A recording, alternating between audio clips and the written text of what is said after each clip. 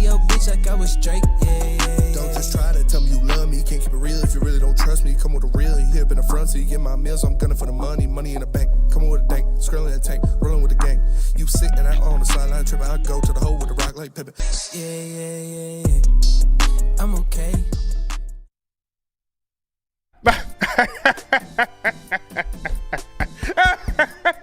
Fuck you, Vikings fans. Welcome, everybody, to the Woodward Heavyweights live on Woodward Sports. Make sure you smash the like button. I am the Woodward Heavyweight, Spencer Raxter, always joined by my loyal compadres, Nicholas Kohloff and Chris Platte. Easy, fuck still the Packers dealing, as well. Yeah.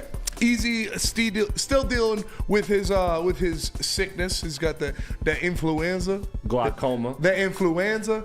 But I just need some time in the intro to, as KG would say, get my shit off. And we're going to, for sure. But we got to mention a couple things first. And the Pistons did play last night. The Pistons lost last night, unfortunately. It was against the Golden State Warriors. And it was just kind of they were outgunned. They didn't have, you could tell they were missing some of their scoring punch. Obviously, Cade Cunningham, his fourth quarter heroics were not enough to win that game against the Golden State Warriors. You could tell they were missing guys like Jaden Ivey, guys like Tim Hardaway Jr., but they tried their best. They just couldn't get it done. Yeah, it was disheartening because, too, they were just getting a lot of long rebounds. Golden State, that is. So, okay. Yeah, they were getting a lot of long rebounds. Draymond had doing Draymond Green things, and we got a video of Draymond Green that we're going to get into later, talking about Ron Holland and these young dogs on the Pistons. But it sucked, man. It sucked because you really wanted to see him win that game. They had it down to the last second, but it's going to happen. You know, it's NBA season. They weren't gonna go undefeated for the rest of the season. They weren't making it to Tigers training camp. I know I made that joke that the next Detroit loss will be when the Tigers season starts. But yeah, no, it was just a lot of unfortunate long rebounds. They were getting out executed at times. They had some defensive lapse and turnovers came back. You know, they've been pretty good handling the ball recently, and the turnovers came back. And so when you're getting out rebounded and the turnovers are happening, it's a tough game to come back. I was surprised that they made it as close as they did, and it came down to what it came down to. I also, Spencer, do you hate the fact that, I know it's smart, but I hate when you're down 3 and the team just intentionals you rather than just defending it, squaring up. I get maybe that's old man in me, but it is old man. I hate that, man. I hate that shit. I hate when any team does it, and unfortunately it worked against the Pistons last night. It's what you should do 100% of the time. It's smart. When you're playing basketball, it is the correct play to make, but it does suck. Yeah, it does. It does suck. Intentional fouls like that, they should do something like 2 shots in possession. Like that's the was it clear path fouls, 2 shots in possession now, or even just like a tech where it's like 1 in possession. Yeah, 1 in because possession. then that takes away the momentum of it, unless of course they miss that free throw. Then at that point it's on you. Yeah. So I feel like implementing that would be like fun. That.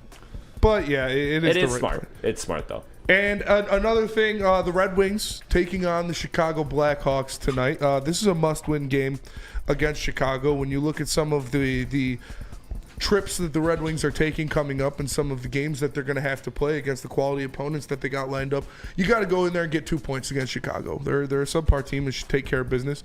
Nick, how you feeling about this game for the Red Wings? Yeah, I feel really confident going forward with this game for the Red Wings. Like you said, you got to get 2 points here. There's no excuses. This is a team that has been, revamped during this season, and I have a lot of faith moving forward with this Red Wings team. You have a lesser opponent, the Blackhawks, coming into town. I mean, no matter what, I still like Patty. I know it's been a couple of years now, or this is the second year, but I still like Patty Kane to get one tonight against his former team. Every time he plays them, I feel like Patty Kane's going to show up. So watch out for Patrick Kane to have a big game in this one. Real quick, though. Yeah. Before we get finally off the Pistons thing, how about that missed free throw from Cade, fellas? Yeah. That was the biggest play, though. No, the one where he fucking skimmed the rim. Got the ball back, dude. Yeah, that was You never see it happen like that. That was the sickest play I've ever seen in all of, for missed free throws when it comes to that. You know, you always try to, but that was like top notch. Because he missed genius. one on accident, Yeah. and then he missed that one on purpose, and it actually worked. So that was cool. And to we're see. not going to talk about it, but like I was pissed because they stopped the play when Tech did have an open shot. Now he did end up actually airballing that shot. So, but it sucked because that was, if it would have played on, that was a scramble. Tech was open for three. Like it kind of took the momentum away because then you had to inbound it. But Beasley got off a good look, and It was a good look for sure. And he's just he's been slumping a little bit, and we might talk about that a little bit later. But maybe a little bit later, but yeah, it was a good shot. Shout out to Gun Guy, Take Your Pants Off. Shout out to everybody in the Woodward Sports Chat. Make sure you smash that like button. We appreciate you for joining us. And the All-Pro lists for the NFL were released today. Have you seen this? Have you heard about this?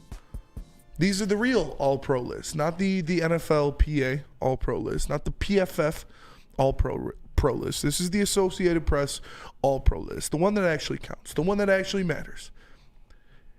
And rightfully so, Kerbert Joseph III Esquire, also known as Kirby Joseph, also known as Zuper, was the first team All-Pro safety. So you hating-ass players, you stupid-ass nerds at PFF, you bitch-ass Vikings and Rams fans, and specifically you, Matthew Stafford, tell him Spencer Rex, who started this narrative of Kirby Joseph being a dirty player, even though in the clip you walk up to him and say, great play, clean hit, but you're dirty as hell, right? You can eat shit, Matthew Stafford. Vikings fans who continue this narrative because your team sucks and you can't beat the Lions, so you got to push this narrative about Kirby Joseph. Even though your safety says that Kirby Joseph isn't dirty. You know, Harrison Smith, you guys like him, right? You're a fan of him. He said Kirby Joseph isn't dirty. It happens all the time, and he himself tackles that way. And then, of course, the Rams fans that just, I'm not going to go too hard on the Rams fans. They're dealing with a lot right now, honestly. But Rams fans, go get better, please. You avoided this one. And then I got to look at some of you. Yes, some of you. You out there listening. You out there typing. You out there that told me Kirby Joseph would not start on this team this year. You out there that told me that the starting safeties for this team this year would be Ife Melifonwu and would be Brian Branch. And I appreciate it. I told you were dead wrong, and it was the dumbest thing I ever heard at the time. And it looks even dumber now, but it's still the same level of dumb to me. Because Kirby Joseph is the best free safety in the National Football League.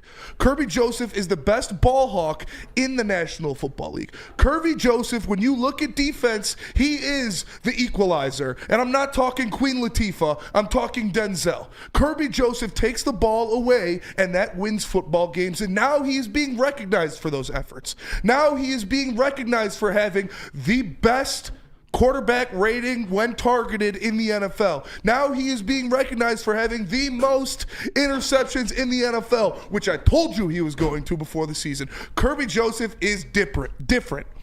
Kirby Joseph is Zuper.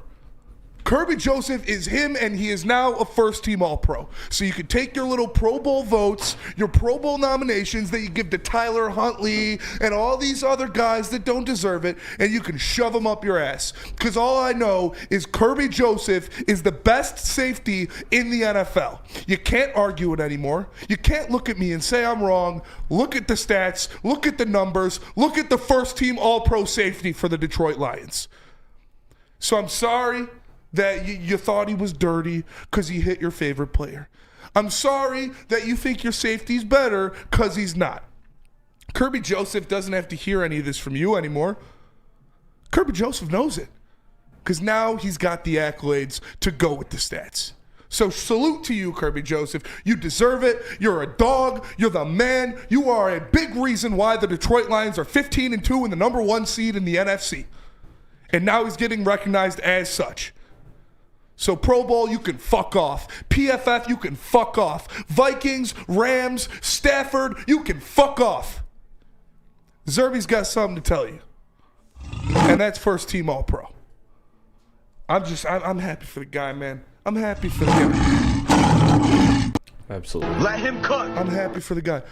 Shawn Michaels bitch ass in the Woodward Sports chat. Someone tell Spencer the Pro Bowl voting is 133rd players. Oh yeah? Well, Kirby Joseph led the fan vote back-to-back years for safeties. So if the fans have so much to do with it and the fans are so important, then he would have been the starting safety in the Pro Bowl not only this year, but last year as well. Because he led the fan vote. So it was the players and coaches that kept him out. So shut the fuck up, Sean. Go home, you loser. Kirby Joseph is the man. I'm happy for him. I'm happy for him. That was a great monologue to get us going here on a Friday to kick your weekend off right, fellas. Yeah, I mean, Kirby, what more can you say? And I want to give a quick shout out to Eduardo O'Neal, because I know he was one of the guys that was disrespecting Kirby at the start of the season. I don't know where he's been, probably nowhere, because he just got announced All-Pro. Yeah. So you guys say, oh, we're wrong sometimes. You guys are wrong as well sometimes. So let Kirby cook. This sure. is a well-deserved award and just another feather in the cap of GM Brad Holmes. Yeah, and I see people complain in the chat, now he's going to cost more. So would you rather him not play good and then get him at a cheap deal? Like, that's just not how it works. Like, good players deserve big money. And if you have big money players, guess what? They're probably fucking good. And Kirby Joseph is getting paid by the Detroit Lions. Yes, he's getting paid. You can take that to the bank, like Kirby Joseph is going to take his check to the bank for the Lions. Brad Holmes is proven. He drafts players. They play well. He rewards them. He drafted Kirby Joseph. He's played better than literally any safety in the NFL. So he's going to get paid. He's the dog. I'm happy for him to be a safety. And shout out to Kalamazoo in the Woodward Sports chat with the super chat. He said, where is Easy? Thoughts on Tariq Skubal? Will he be gone after 2026? Kalamazoo, Easy's sick. He's got the flu.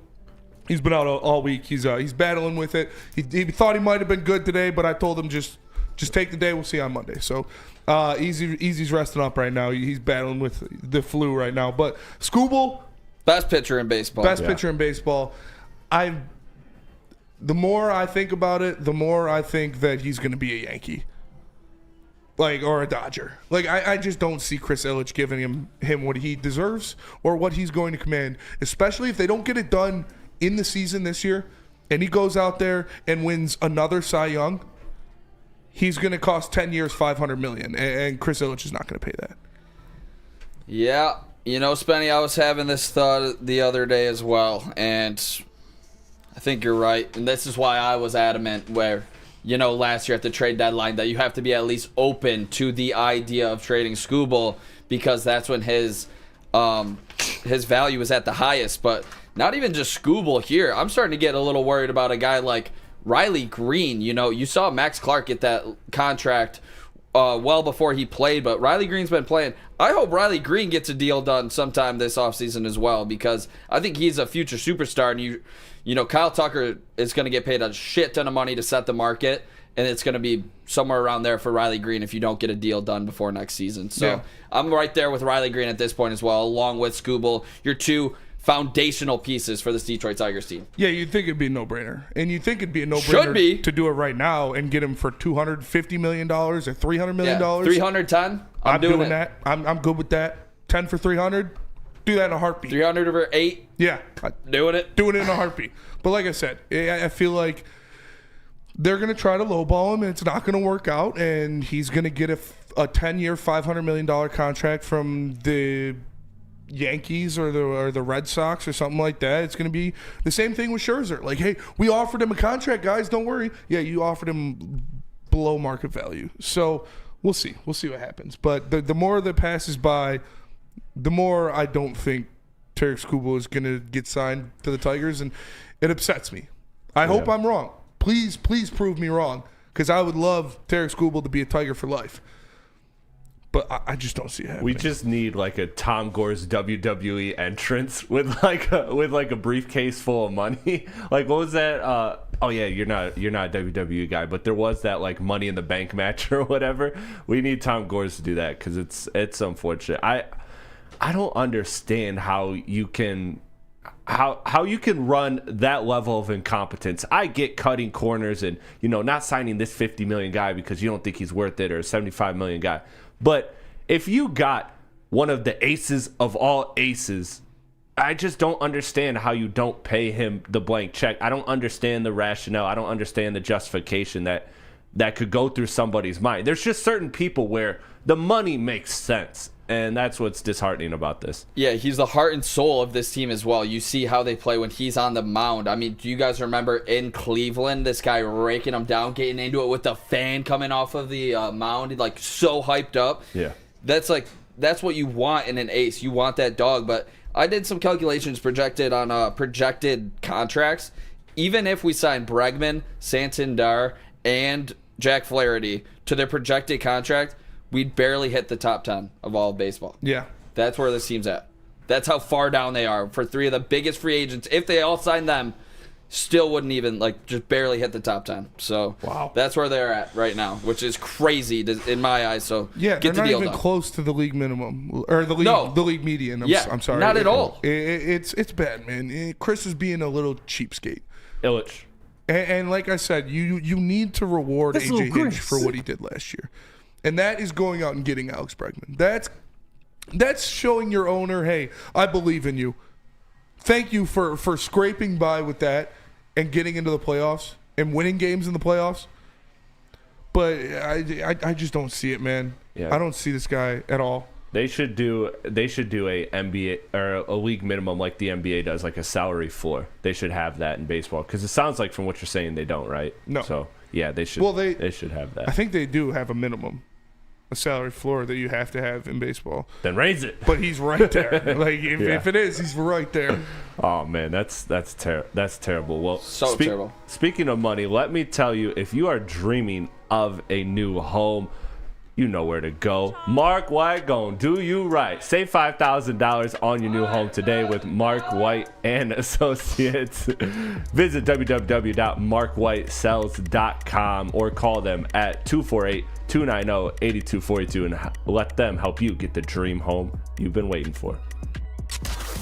Can't get enough Lions coverage? Make sure you catch all Woodward sports shows every game day. Wake up with Woodward and Maine, giving you the latest insight into the Lions locker room and press conferences. Then join the Lions pregame show, highlighting key matchups, injuries, and what to watch for during the game. Follow all the ups and downs of the live game action with our Woodward Watch Party live on YouTube and woodwardsports.com. After the game, check out the instant fan and host reactions with the Lions postgame show. Every game, it's wall-to-wall, kneecap-biting, high-fiving, chest-pumping Lions coverage. Hell yeah! Only at Detroit's #1 sports network, Woodward Sports.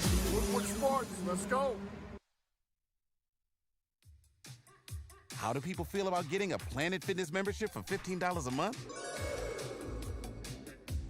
How do they like working out in a clean and spacious gym that's filled with equipment for every workout? And how about free fitness training in the judgment-free zone that leaves them feeling energized all day long? Join Planet Fitness today with the free PF app, online or in club, and start getting that big fitness energy for $15 a month. The bad boys from the NFL are here. Your 2024 Detroit Lions are the hardest hitting, highest flying, trickiest playing, grittiest team in the NFL. A dominant team. Get all your coverage of your favorite team right here in your favorite network, Woodward Sports. Is that an octopus in your pants, or are you just happy to see me? See what I did there? Go Red Wings! From Octopi Experts, Woodward Sports. The countdown to kickoff is here. Your Detroit Lions are ready for another season of grit. Woodward Sports is your #1 destination for all breaking news and Lions coverage. We are Detroit's #1 sports network. We are Woodward Sports. Attention sports fans, don't miss out on expert sports injury insights to Dr. Jeff Pierce of Michigan Sports and Spine. Join Dr. Pierce every Tuesday during Big D Energy and every Thursday during Ermanni and Edwards of Maz, where he offers top-notch injury advice. Trust the guy that DMAC trusts. Dr. Jeff Pierce here to keep you in the game and performing at your best. For more information, visit MichiganSportsAndSpine.com or call 248-426-9944. And Chris, I'm gonna need you to stop flirting with the Lady Jane's girls. All right, we're trying to get back to back from break on time here. Yeah, And no, that was you my seemed bad. very distracted, and you just stopped talking to him. Yeah, I had to get off an extra couple sweepers, get my shit off. But we're back, boys. We're I'm back. locked in from All right. here on out. Thank you. Completely focused. Dial in. All right. Man of God. Yeah, man of God. Man, a God-fearing man. But you heard me say it earlier in the beginning segment. I got my shit off because that's my guy, Kirby Joseph. He's probably my second favorite Lion on this team behind Penei Sewell. I can't say he's my favorite because I got Big 58 as my favorite, but Kirby Joseph is my favorite defensive Lion. Hell of a call. Hell of a call. Thank you. What was that? What did you say before the season? I said he was going to lead the league in interceptions, and I will say I did say 10. So Fraud. fuck, I'm a fraud. I did say 10. I thought he was going to get that 10th against Sam Darnold, honestly, but Kirby Joseph leads the league in interceptions. Kirby Joseph leads the league in passer rating allowed when targeted, and now he is a first-team All-Pro. But not just that. He is a first-team All-Pro. And the slot merchant, Amon-Ra St. Brown, is also a first-team All-Pro. And the big dog himself, this was a no-doubter, PFF, you're a fucking clown show for putting Zach Tom above him. Penei Sewell, first-team All-Pro, the best player in the NFL. Penei Sewell, first-team All-Pro. And then Jack Fox as well, a Detroit Lions first-team All-Pro. So you love to hear that. You love to see these guys getting their recognition. And I don't think there was any doubts that all of these guys would make it. Never doubted Kirby for a second. Never doubted Amon-Ra St. Brown for a second. Even though Mike Florio wants to tell you that Amon-Ra St. Brown is not worth the money he was given by Brad Holmes. Right, Mike Florio? That's what you said. After the game, after they just clinched the NFC North and the number 1 seed in the NFC, you said Amon-Ra St. Brown is not worth, production-wise, the amount of money you gave him. Oh, it's interesting. Back-to-back first-team All-Pros, that's not worth the amount of money you gave him? Congratulations, you just got Amon-Ra St. Clown. Mike Florio, please shut up. Because you obviously don't know what you're talking about. He is, once again, one of the 3 best receivers in the National Football League. Penei Sewell, no doubt. Again, PFF, you're stupid. That is just completely terrible. For you to not only rank someone over Penei Sewell, but someone in his own division. You're telling me he's not the best right tackle in the North? Stop it. Clown show. Penei Sewell, first-team All-Pro. And then Jack Fox, the guy who had the best net punt average in the history of the National Football League this year. First-team All-Pro. Shout out to Jack Fox. Deserves that for sure. I'm just really happy with these guys. Really happy with these guys. Yeah, the thing that's so impressive to me is this was Brad Holmes' first draft, and now you just get back-to-back seasons where you got 2 guys from your first draft, one being Amon-Ra St. Brown late, to back-to-back first-team All-Pros. And guess what? These guys are young. These guys are so young, and this is just the start for this Detroit Lions team. And you hear about a flash in the pan and, a certain team going on a run. This team isn't that. This team is nowhere near that. They have a solid core, and it's laying on the backs of Penei Sewell and Amon-Ra St. Brown, 2 first teams, all pros, back-to-back years from Brad Holmes' first draft. I mean, what more can you say about those 2 specifically? Chris? Yeah, I think, dare I say the Lions are misrepresented by the players. The players are jealous. And look, this list reflects that because there was a lot of snubs for Lions players, and now here we are with the actual list, and they are getting their proper respect. So I love to see it. I'm not surprised by any of these. Was there anyone for you guys that kind of stood out there? Even we have the whole list if you want me to show it. Was there anyone that really stood out to you guys? Yeah, do you have the first team? Yeah, the first teams of each one. Yeah, throw the first team. Where put you the want to offense start? up there. All right, so here's the offense. Boom. So there you go. You got the offense. You got Lamar Jackson, obviously. Saquon Barkley, obviously.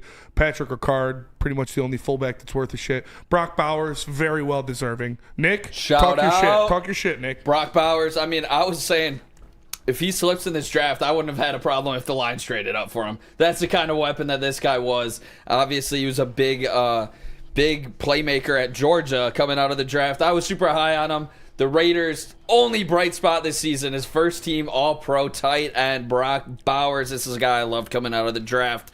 I think he has I think he's going to be a top 3 in the tight end position in the NFL. He's going to be a top 3 tight end in the NFL for his career. And Skydog, he says that's only $2 million more than the Lions. The Saints are $63 million over the cap next year. Over. So they have negative $63 million in cap space. The Lions have positive $70 million in cap space. So it's not just $2 million. Big difference. But the Saints, fuck the Saints. What are we talking about here? Eduardo O'Neill, I appreciate you for subscribing to the Woodward crew. I like your quote. We're gonna read. I'll read that coming up next. Our next topic is gonna be guys that we thought got snubbed from the Pro Bowl. From the All Pro list. So I'm gonna read that after we come back from break. I promise. But then you got the second team as well. Throw the second because we got Lions on the second team. We just got the first teams of each one. First team, offense, defense, and special. You put the tweet on. Oh, yes, that is the second team. Yes. Gotcha. So you got the second team here, and there's a couple Lions on it. You got Frank Ragnow. Shout out. And you got Khalif Raymond as the punt returner. Dog. And he got injured.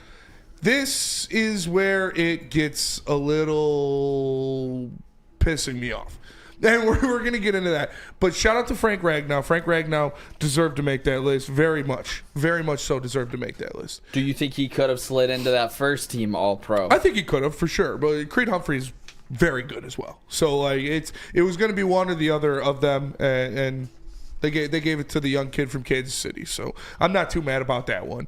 You could fight if you argue. If you're on 10 for Frank, I'll listen to it. I'll hold the flag with you. Like we can charge the capital, but Creed Humphrey's a damn good player, so I'm not too upset about that one. But there are a couple players that did not make the All-Pro list that we're going to talk about next. One of them being Jake Bates, as Eduardo O'Neill said. He said, I really thought Jake Bates would be an All-Pro, to be honest.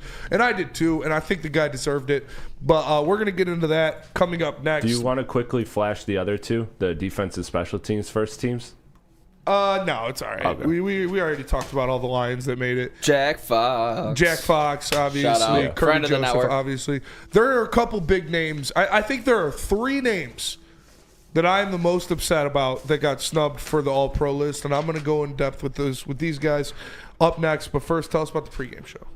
Woodward and Maine on game days. Make sure you wake up with Woodward and Maine with rising star Matt Broder and Detroit sports media legend Terry Foster. And after that, make sure you check out the New Holland Brewing Company Lions pregame show with Neil Rule and Sean Belegian live at Second Best Bar in Detroit for all the home games, which is all we have left. Come join the party. You will not be disappointed. Make sure you get a chicken sandwich and a shot of Tullamore Dew Irish whiskey. Love Woodward Sports? Love wearing clothes? Then you should be wearing Woodward Sports clothes. Check out our full line of merch at woodwardsports.com. Just click on shop. We have all your favorite designs, like Dan Campbell kneecaps, Woodward golf, and of course, our own logoed out merchandise. Men, women, infants, kids, all love Woodward Sports. Impress your friends. Impress your boss. Impress your dog. Buy Woodward Sports merch today.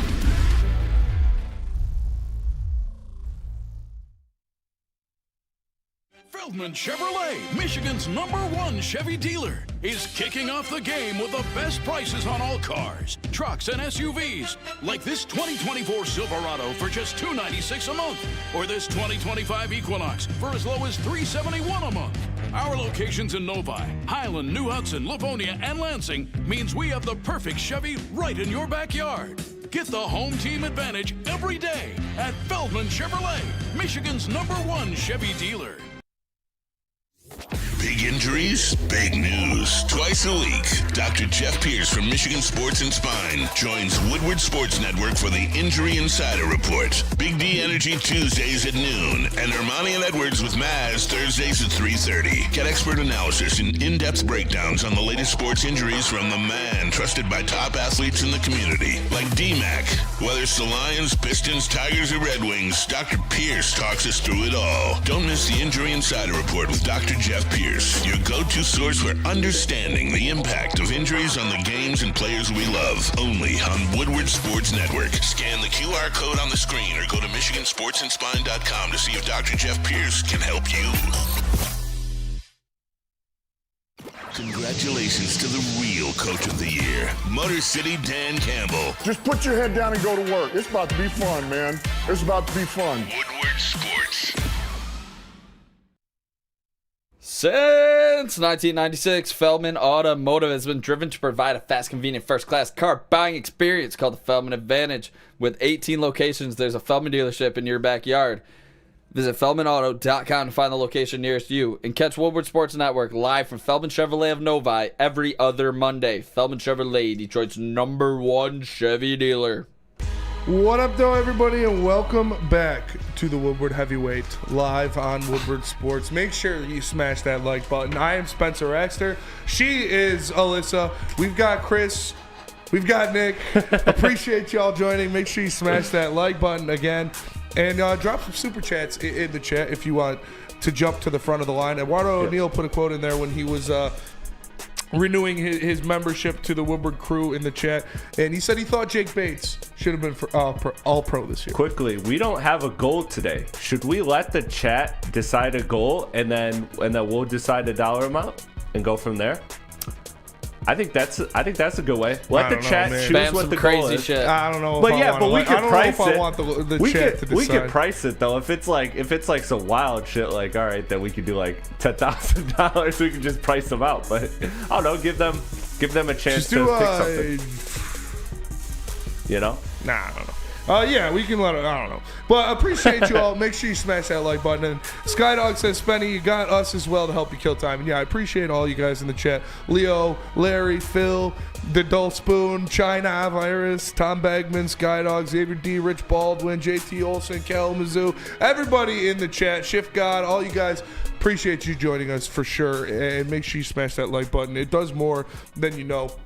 But like I said, Eduardo O'Neill said that he thought Jake Bates should have been an all-pro, and I agree with him. I think Jake Bates played at the level of an all-pro this year. I think there are very few kickers who put up the numbers he did, who put up the percentage he did, and had the clutch moments and clutch times that he did. I thought he was a lock for the all-pro team, but, you know, whatever. I digress. There are two more guys on this, or that were not on this list, that I think were very deserving of so. Number one being Kevin Zeitler. Kevin Zeitler at that right guard spot, being a guy who this is his first year here in a very complex run scheme, a very complex blocking system, presented by Ben Johnson and Hank Fraley, and he got it hands down after not even having a training camp because of the injury. And he hit the ground swimmingly. I guess they kind of take points off because he's between Frank Ragnow and Penei Sewell. Maybe that's why, but I think that's kind of bullshit. That does not make sense. I think Kevin Zeitler was the guy that really brought this line, like, I don't know. He held them together. Because remember, we lost so many pieces over the past 2 years ago. You remember who our starting offensive or right guard was? Big V. Remember Big V?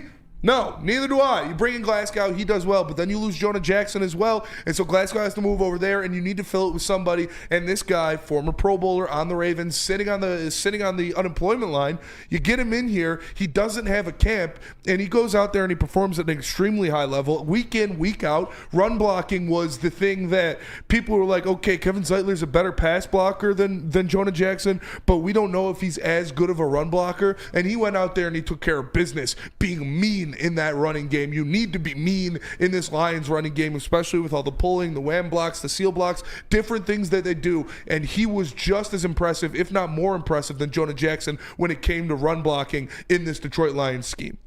I think Kevin Zeitler was a snub. I think he should have made it. I'm right there with you. I thought Zeitler was a key piece and maybe the biggest addition on it, because when our offensive line plays elite, this offense plays elite. So you see Jared Goff and you see all of the accolades that he broke as well, having his best season of his career because he's comfortable back there. And that's the biggest thing for, spearheading this number one offense is this offensive line. And I thought that was the number one thing they had to do in the offseason was shore up the O-line. Obviously, there's Carlton Davis and DJ Reader, other key guys that you brought in. But I thought the biggest thing that could hinder this team and, to not getting where they want to go was having a hole in that offensive line, and Kevin Zeitler filled in perfectly, the former Pro Bowler for the Ravens. I thought this was a A-plus signing by Brad Holmes. I just wish he would have given him another year, and we'll see. I know I've heard rumors about him possibly retiring online. I don't know if there's any validity to that, but I would love to have a guy like Zeitler back. I agree. Yeah. Yeah, I mean, look, it's the foundation. It's the core of this team, so that's where that is something. I just feel like this offensive line should be rewarded for, remember those crazy rushing stats that we had yesterday? Like, I don't know. I feel like how in the NBA they reward the team with 70 wins. They give them, more all-NBA players and things of that nature, even if they're not individually quite up to caliber with some of these players that are on 35-win teams. I feel like this Lions offensive line, with how historic this season was, should be rewarded more than they were. So I'm with you 100%. I feel like this was definitely Zeitler's award to be won, and he was robbed of it. Yeah, I agree. And it sucks that that's what happened, and it sucks that Kevin Zeitler was the guy to unfortunately have to fall on that sword. But I look at that as, like I said, the only thing. I think he was fourth or in the voting for. I think he was fourth in the voting for. I know Devoted to Detroit, I'm pretty sure, posted it on Twitter. I can't remember, but I'm pretty sure somewhere I saw that he was fourth in the voting. So at least he got some love, but he deserved more than that. And then the other guy that I think was the biggest nut, and some people say Jahmyr Gibbs, and Jahmyr Gibbs definitely had a case. Obviously led the NFL in touchdowns. He had over 2,000 all-purpose yards. Like, the guy was a freak of nature. But with what Saquon Barkley and Derrick Henry did, I don't think you could give Jahmyr Gibbs that nod. Unfortunately, they only have two All-Pro running backs, which I think is a joke. I think having 7 All-Pro receivers and only 2 All-Pro running backs is a little ridiculous, but I digress. Jahmyr Gibbs definitely played to the caliber of an All-Pro. He played to the caliber of the best running back in football. So there's that. But I think Brian Branch, that's the one, who was a huge snub here. This is a guy that was top 10 in the NFL, and I think it's called Havoc or whatever the stat is. It's like Havoc is the stat, which is like sacks, tackles for loss, pass breakups, interceptions, forced fumbles, like that, all of those combined. And Brian Branch was tops in the NFL in that. We know that the guy was absolutely studly at the beginning of the year. He had a couple bad games I won't say bad games, but a couple bad spots that he was put in down the stretch. So maybe that's what happened. Maybe because he fell off with the interceptions late in the year, that's what happened. But I think all year he was a solid piece of this defense, as solid as it gets at the strong safety spot. This man is flying around, making tackles in the backfield. He gave up a touchdown or 2 at the end of the season, and maybe that's what it was that kept him off the All-Pro list, because that's the only thing I can think of. Yeah. Because the guy was playing absolutely out of his mind all year. So maybe it was because he kind of fell off the interception pace at the end of the year. I don't know. But Brian Branch, I think, was a snub for the All-Pro list. Yeah, I feel like this is one of those ones where, like, had he missed, 2 games, then I feel like and you could have seen the hole that is left without Brian Branch. He did get suspended ejected the one game against Green Bay. But I almost feel like that you didn't get to see his worth because you didn't have to see a replacement. Yeah. And that's unfortunate and unfair to him. But I think that, and also I do think that Kirby Joseph shining the way he shines, kind of affected Brian Branch's stock in these awards. And I was curious if these two were going to kind of take votes from each other in these kind of awards, in DPOY and all of the awards in the NFL. I was wondering if these two would kind of steal from each other. So it's unfortunate. He absolutely deserves it. I mean, I think it's pretty safe to say it's safe to say 2 top 5 safeties, but I think you're looking at 1 and 3 personally. I agree. Yeah, I'm curious, what kind of, I don't know. I remember him getting kind of banged up, earlier in the season. I don't know. I don't know if he was the same since he came back, and I think he grinded through it, before if he got back, because we were kind of short at that position. So, I mean, he didn't have a pick in his last 11 games. I think he started so hot, everybody in the world thought Brian Branch was going to be All-Pro, to say the least. I was being one of them. I thought he was going to be maybe in run for Defensive Player of the Year, the way that this guy was going up to the line of scrimmage, getting TFLs, bunch of passes defended, bunch of picks, like forced fumble. He was doing everything for this Lions team. Wall. But he did, and I think that might have had something to do with a little bit of the injury bug. And I think he got a little banged up, and then, with all the other injuries, I think he was asked to not play his superstar position, which is just, laying the body and being a safety. Yeah, that's for sure. Definitely at the end of the year, with Carlton Davis going down, he was asked to do a lot more in coverage than he, being at the line of scrimmage, getting in the backfield, helping up on the run, blitzing, doing different things like that we know he's so special at. So, but still, man, the guy is as good as it gets. Like Budda Baker was because Kyle Hamilton definitely, Xavier McKinney, Kyle Hamilton, definitely all pros. You can't argue that. But Budda Baker was the one on the list that I was like, come on, man. But it's called havoc rate in the NFL. Havoc rate is defined by the rate of plays resulting in sacks, forced fumbles, interceptions, tackles for loss, or passes defended. And so it's basically just being a playmaker all over the field. And we know that's what Brian Branch is, and that's what he does. But unfortunately, he did not result in that because, a gun guy says because he got moved to slot. And I think that's definitely if Carlton Davis didn't have to miss some games and obviously get injured, and Brian Branch could have stayed at that strong safety spot and been flying around doing what he did all year, I think there's no doubt he would have made it. But that sucks. I think those are the three guys for me. I mean, you can make arguments for other guys, Jack Campbell possibly, different other guys to throw there, but they're not too strong of an argument. I think the guys that really got gypped out of it were Jake Bates, Brian Branch, and Kevin Zeitler. Yeah. But we're going to go to break. We're going to come back. We're going to talk about the Lions some more. We got a Lions heavyweight huddle coming up. But first, tell us about Second Best. If you want to know where the best pregame Lions party is for the divisional round, join us at Detroit's very own Second Best Bar, located at 42 Watson Street for the ultimate fan experience.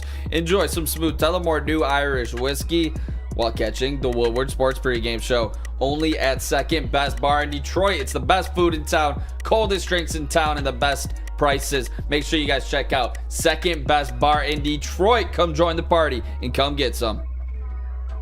Back-to-back NFC North Division champions. The Detroit Lions are playoff bound and ready to eat the kneecaps of anyone standing in our way. Follow Woodward Sports as we cover the best season in Detroit Lions history. Go Lions! Talk about pressure, we live in pressure. That's where we freaking thrive. You did it again. From Detroit's #1 sports network, Woodward Sports.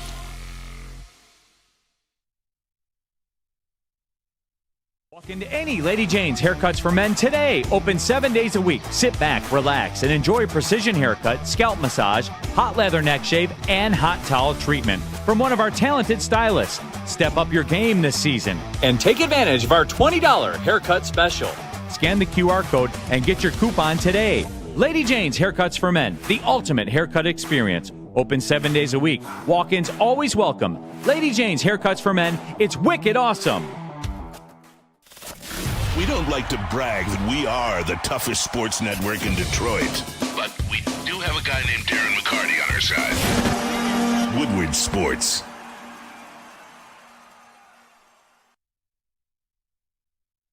$1,800 tequila, let me tell you all about it. It's the smoothest tequila in the game, the best tasting tequila in the game, and they have partnered with the Detroit Lions and Woodward Sports for Woodward Sports Lions watch parties live at Hayes Social in Shelby Township. So if you're in the area, make sure you tap in. If you are not, tap in via the stream, YouTube, and Twitter. And make sure you get one of those custom-made bottles. It's a special bottle for a special season. The Detroit Lions and Tequila Blue are teaming, 1800 Tequila are teaming up for the best tequila experience. As always, please drink responsibly. What up, though, everybody, and welcome back to the Woodward Heavyweights live on Woodward Sports. Make sure you smash that like button, Smeesh. And we appreciate you for joining.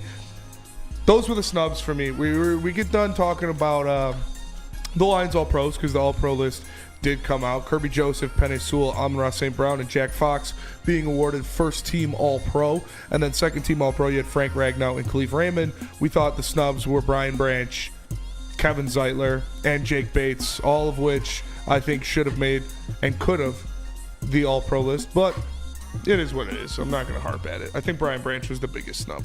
Or Jake Bates might have been the biggest snub, honestly. But we move on. We got some heavyweight huddles, kind of like a Nickel Package Friday coming up for you guys. We're going to throw it around the room, ask a bunch of different questions about a bunch of different topics. But first, we got the Lions. It's the bye week. Yeah. Uncle Nicky got a Lions heavyweight huddle. What do you got for us? Let's go, Chris. Throw up the graphic for your boy. We got a heavyweight huddle Lions edition. Could I see the Amon-Ra St. Brown graphic? Ooh. You want to read that, Spencer? Only wide receivers to earn multiple first-team All-Pro selections in Lions history. Amon-Ra St. Brown, Calvin Johnson, and Herman Moore. So my question to you and the chat, when Amon-Ra's career is over, projecting for him, rank these 3 wide receivers, because obviously Calvin and Herman are no longer playing in the NFL. Yeah, obviously Calvin and Herman are no longer playing in the NFL. These 3 Lions greats. These 3 Lions greats. And when it is all said and done, when the careers are over, obviously Amon-Ra still has a fruitful career left, and he's got a lot of money to make and a lot of balls to catch. Pause.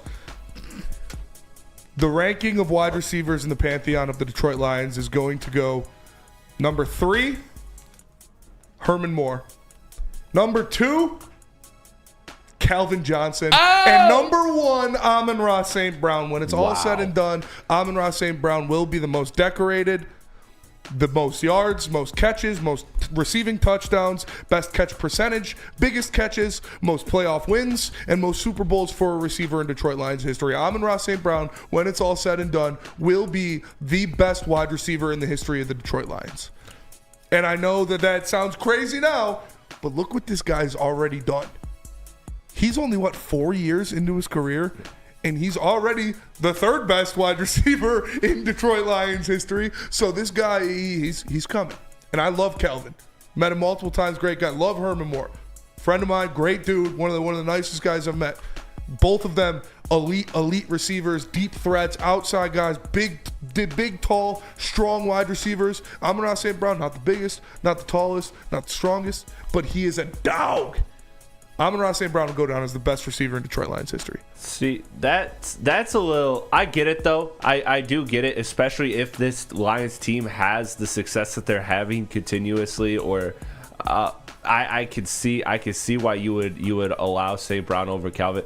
To me, I'm still gonna have Calvin as 1 and Amon-Ra as 2, Herman Moore as 3, just because of the simple fact of, I think pound for pound, I believe in Calvin Johnson's abilities slightly more than Amon-Ra. But you have a great point. I mean, there is going to be, I think, a real longevity to Amon-Ra St. Brown that there wasn't to Calvin, because I don't see this style of play from Amon-Ra falling off, and right? Like it's very doable to do for years on years on years. And like I said, when it's all said and done, Amon-Ra St. Brown will have the most catches, the most touchdowns receiving, the most receiving yards, the most playoff wins by a receiver, the most Super Bowl wins by a receiver, which will be multiple, the most division championships by a receiver. Amon-Ra St. Brown will be the most decorated and best receiver in Lions when it's all said and done, obviously, and this is if it continues this way, because we all know, God forbid anything happens. But Amon-Ra St. Brown, if he continues the pace he's at, already 2 first-team All-Pros, yeah, he's going to be the best Lions receiver of all time. Multiple Super Bowls under his belt as well. Yeah, I think obviously the highlight tapes of Calvin Johnson speak for themselves. The talent speaks for himself. The flash that speaks for himself. Calvin Johnson will go down as the biggest freak star of a wide receiver of all time. But I do think St. Brown ends up putting up better numbers because of his career, like in how he plays. I think his body type is set up for long-term success because he's able to get off the line. And I remember him saying, I'm just going to hang him up when I can't, do me anymore. But I think he can do him for a long, long time in the NFL. That was a fun first one. There we go, fellas. All right, number 1 seed for the players, fellas. Where do you guys value rest versus rust? Same sport, but a different level. All top 4 teams with byes lost in the college football playoff. Yeah, it's completely different for college football. These guys are pros for a reason. Like they're not going to be rusty. This is much needed, at least, especially for the Lions. With the scenario they're in, with the amount of injuries they have, with the amount of guys that are banged up, they needed this bye week. and they got it. I'm all for rest. Yeah, I mean, I am too. And again, I just don't see Dan Campbell ever having his team not prepared, ever having his team not ready. So if any team is going to find a way to keep that edge through a bye week, it is a Dan Campbell-led team. So I don't see a world in which this team comes out flat-footed, sputtering. Like, this team is going to come out ready to go. I know this sounds hyperbole and this sounds cliche, and this sounds also cliche, but I think the Detroit Lions team, just based off of Dan Campbell leading them, is the team that will always benefit the most from a bye because they will get that rest that they need, but they will not lose that edge. So I'm not worried about it at all. Nick, are you worried about them having a lack of edge coming out next game? I really am not at all, because if it's different team to team. That's where I'm at. I think this team needed the rest badly, and obviously you're not playing in the game, so you can't lose them. But I think about like 2022 when this team started like 1-6 and then got red hot down the stretch. Like, I wouldn't have wanted that team to get a bye. You know what I'm saying? Like, when we were playing deep into that season, when we did beat the Packers in Lambeau, like, I wouldn't have wanted a bye week for that team. I just thought every single week that they were going to be able to go out and play and win. But for this team, for sure, you want the bye week to rest up, get healthy. All right, fellas. Jared Goff, first quarterback ever in NFL history to have a 72% completion percentage and to throw for more than 4,500 yards. If his name is Tom Brady or Joe Burrow, with these numbers and the 15-2 record, would he win the MVP? What was it again? Sorry. 72% completion percentage, more than 4,500 yards, first time in NFL history with a 15-2 record. If his name was Tom Brady or Joe Burrow, would he be the NFL MVP? Not if Lamar Jackson did what he did this year. It doesn't matter if your name's Tom Brady or Joe Burrow or Josh Allen or Jared Goff and you have these type of stats. With what Lamar Jackson has done this year, no, he's not going to win MVP. He's definitely going to be a top 3 vote getter. I'll say that. I think he'll be third place in the MVP vote. But unfortunately, Lamar Jackson had an insane year. Yeah, I just feel like Josh Allen, though. I'm sympathetic to Josh Allen just because I look at the roster he had and what he did with it. I'm still going with Josh Allen over Lamar personally, but I can't argue the numbers and the results that Lamar did this year. It was awesome, and a tough division. Very tough. Like, that Buffalo division was not nearly as tough as we thought. The Patriots, obviously, Miami's frauds, New York Jets frauds. Like, I don't see a world in which, Buffalo definitely benefited from a weak division versus you look at Baltimore. They had to play the Steelers. The Browns always play. The Browns were the Browns, but outside of that division was not for free. Fellas, you want to talk about a tough division? We had the best division in football. True. Right. What are we doing? Lamar has 5 losses. Vikings are frauds. Steelers beat the Vikings. Okay. Lamar has 5 losses. I think that does hinder his position to get the MVP. I think it ultimately will go to Josh Allen, who has, 4 losses, but I think 2 losses. I think if his name's not Jared Goff, and if he didn't get slandered the way he did by the national media because of a guy like Sean McVay throwing him out to the trash, I think everybody perceives him so differently right now if that wasn't the sake. But, honestly, keep that chip on your shoulder because you're going to be the one with jewelry at the end of the season. Facts. Penei Sewell is one of the top... Penei Sewell is one of 3 Lions tackles to win multiple first-team All-Pros. First since singer Elvis dropped All Shook Up and Frisbees became popular in the U.S. What a pull, man. Will Sewell go down as the greatest Detroit Lion in NFL history? Yes. I've said it before. I'll say it again. Penei Sewell, when it's all said and done, will be the greatest Lion in the history of ever. Like, I love Barry Sanders. I love Amon-Ra St. Brown. I love Calvin Johnson. I love these guys. When it's all said and done, Penei Sewell will be the greatest Lion in the history of Detroit. I think I think you're right, but I think history will always remember the players of Barry Sanders, Calvin Johnson. I think those type of players, just being at the skill positions, will always get that favor over Penei Sewell. And hell, we saw Penei, by certain outlets getting snubbed this year already. So I feel like you're absolutely right in terms of pound for pound, positional value, everything that he is. You can make an argument that he's the best player in football right now already. So, I get that argument, but ultimately I think, I'm with you. I think the fans are going to side different. And the common will always look at the highlights of Barry Sanders and Calvin. In the Woodward Sports Chat, Eduardo O'Neill with the Super Chat, he says, since 2019, NFC 1 seed has been in the NFC title game every year but the 2021 season. That's 4 of 5 seasons. NFC title game hosts 8-2 last 10 title games. Oh, the NFC title games host is 8-2 the last 10 NFC title games. So, yeah, that's if you get the 1 seed, you're probably going to the Super Bowl, is a roundabout way of saying that. Obviously, still got to take care of business, but I do like having the odds and the factor. You got 3 more? Perfect. We'll stretch it into another segment. We'll come back, and we got some more Lions questions coming up. But first, let me tell you about Les Stanford. Yes, Are you looking to buy a new car? Make sure you tap in with Les Stanford. You can get the Blazer EVLT with all-wheel drive for only $149 per month, or check out the Equinox EVLT for $169 per month.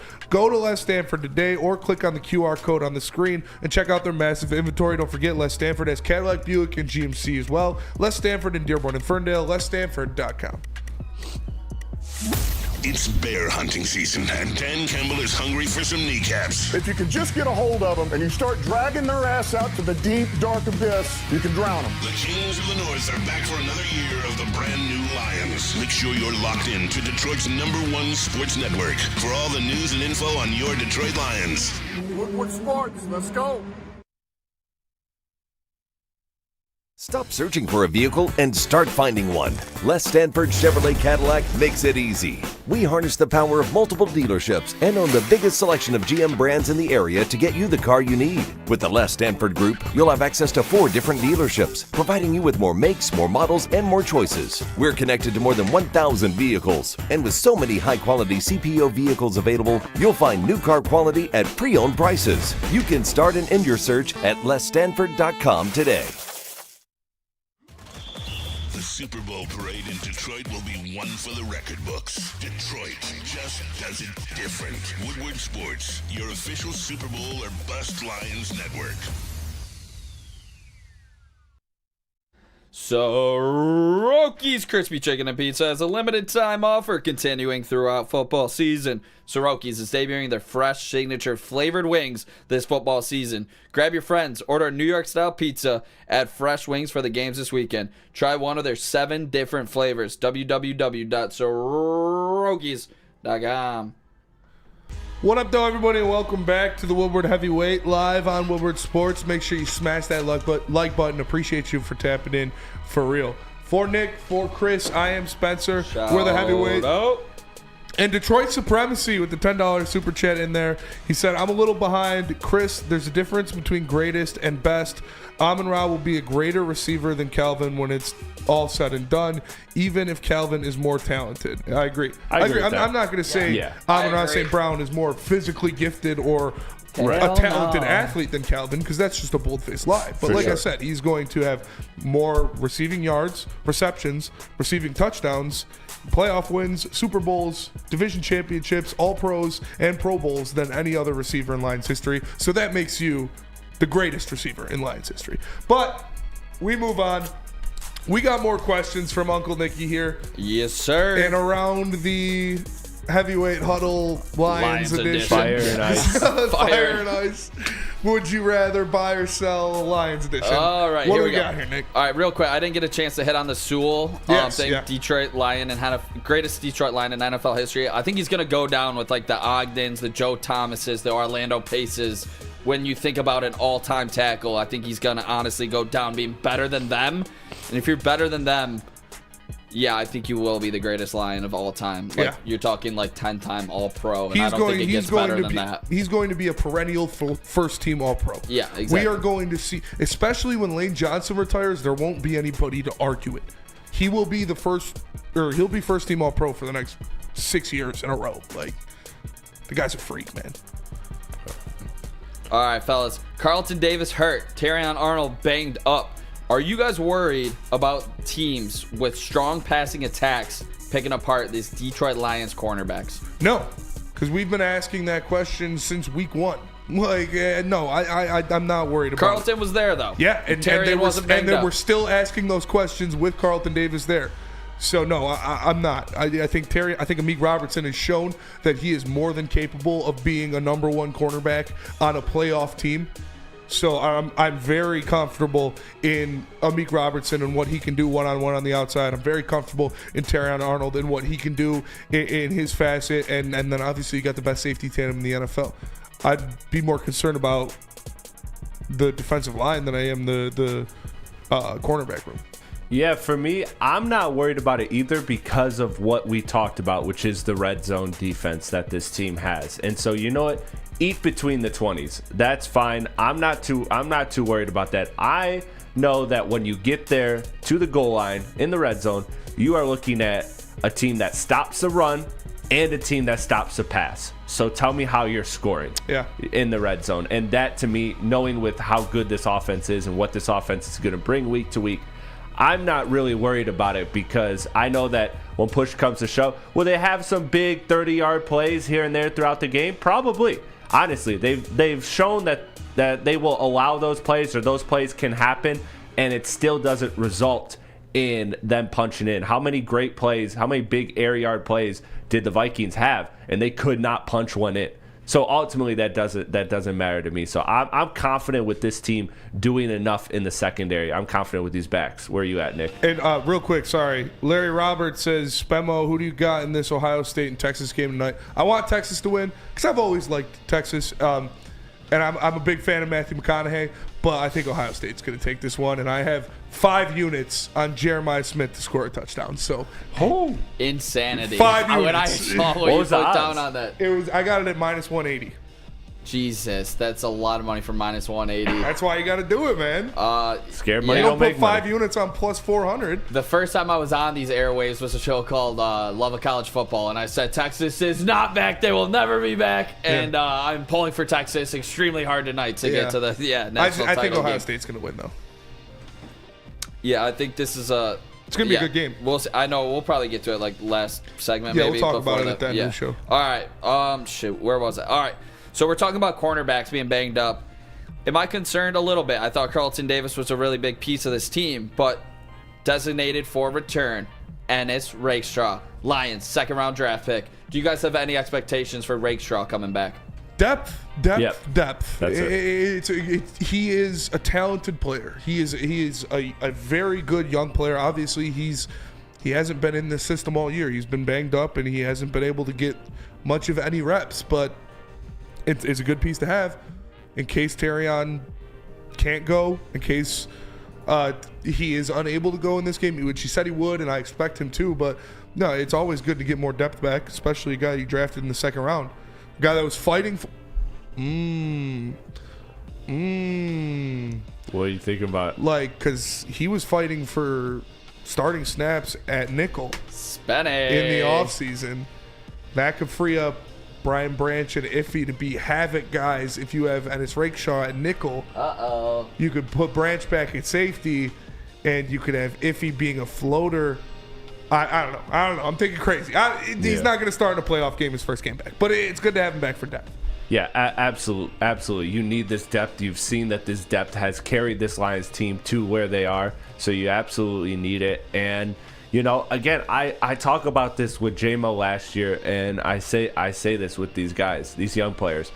Don't expect them to come in and consistently ball, but if you could get one good play from them, it doesn't even have to be one Ennis Rakestraw interception, because, I mean, hell, Terrion hasn't gotten one yet, so it's unfair to place that. But if he gets something like that, or if he gets a big pass deflection on a third down, like just one of those in a game of these magnitude, the playoffs, then he's worth it. He's worth every penny. So to me, just when he's in there, look at him as, can he give you one good play and not kill you? Yeah. And that's what I think he can do. I feel confident in him being able to do that. Ennis Rakestraw or Gary Payton. They might as well call him the Glove. Do you guys remember the preseason? This guy was all over the place. Yeah, all right, Microwave. This is the playoffs. This ain't the preseason. Yeah, for sure. But I had high expectations for this guy coming into the year. I think Ennis has that dog in him. He's been hungry this whole season. I think to go on the Super Bowl run and like this magical run that some teams go on, I mean, obviously the Lions are so talented, but they are going to need somebody to step up on defense. And what better spot to do it than Ennis Rakestraw, second-round rookie? I think he I got high expectations for him. I think if he gets snaps, I think he's going to do well in them. Excuse me. All right, fellas. I don't know if they give him a lot of snaps in the playoffs. Yeah. Just wait, Spencer. Just wait. All right, Ben Johnson and Aaron Glenn have had more interviews than Joe Rogan in 2025. Does this concern you at all moving forward, that their focus isn't just on this Lions team, and how dumb is the role that coaches can interview during the season? I mean, it is what it is. It wasn't a concern. It wasn't a distraction last year. It's not going to be a distraction this year. They were interviewing everybody last year, and they still got the job done up until the NFC Championship game. So no, I'm not concerned about it. It's the business, man. It's what happens. Anson was talking about it, and he thinks like you can't talk to players until the offseason. Why should you be able to talk to coaches? And that makes sense to me. But yeah, that's fair. I mean, it is what it is. There's nothing you can do to stop it. Yeah, and you don't want to, and it looks bad if you block them from this. Like, this is a good time for them to interview, because for them personally, you know, there are some coaches that are waiting for, you know, the end of the season. So this gives them a chance to get ahead of the curve, these coordinators, and get their foot in the door. So as a fan of Ben Johnson, Aaron Glenn, hate to see them go, but this is just smart business for them, and I trust their professionalism. Again, this organization structured top down to bottom is not going to let things like that get in the way. You cannot look at that San Fran game, like you said last year, Spencer, and point to coaching being the reason you lost. Yeah, it was obviously we know what it was when it came to that loss. What was it? It wasn't just Josh Reynolds, I'll tell you that. It was a bunch of the players in jerseys. It was a fumble. It was a pass interference. It was drop passes. Yes. They fell apart in the second half is what it was. But, yeah, I mean, like I said, they gave them the 2 days. They said Friday, Saturday, get your interviews done, and then we'll get back to business. And that's I'm fine with that. Absolutely. Yeah. In that game, they were outscored 27-7 in the second half.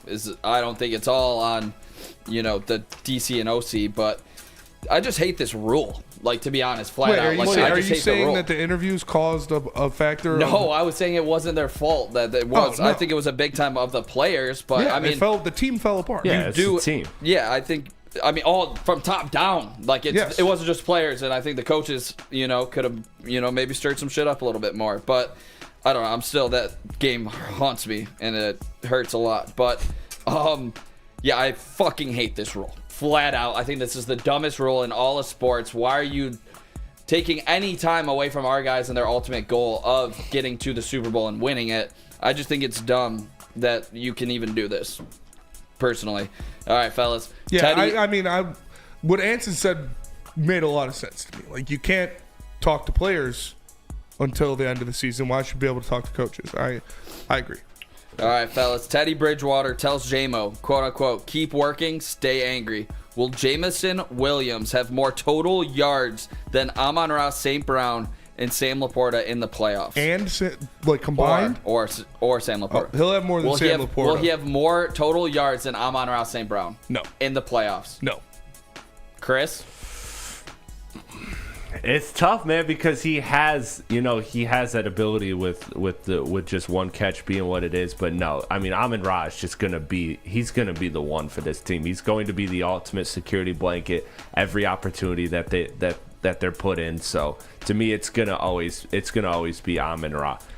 Yeah, no, I don't think so. I do think J-Mo has a couple big touchdowns, but I think one of them is going to come from an Amon-Ra St. Brown pass. So he's going to get those yards for that too. I think Amon-Ra St. Brown, obviously he is the best player, the best skill player you got. He's the most reliable receiver in the NFL. He's a second-time first-team All-Pro for a reason.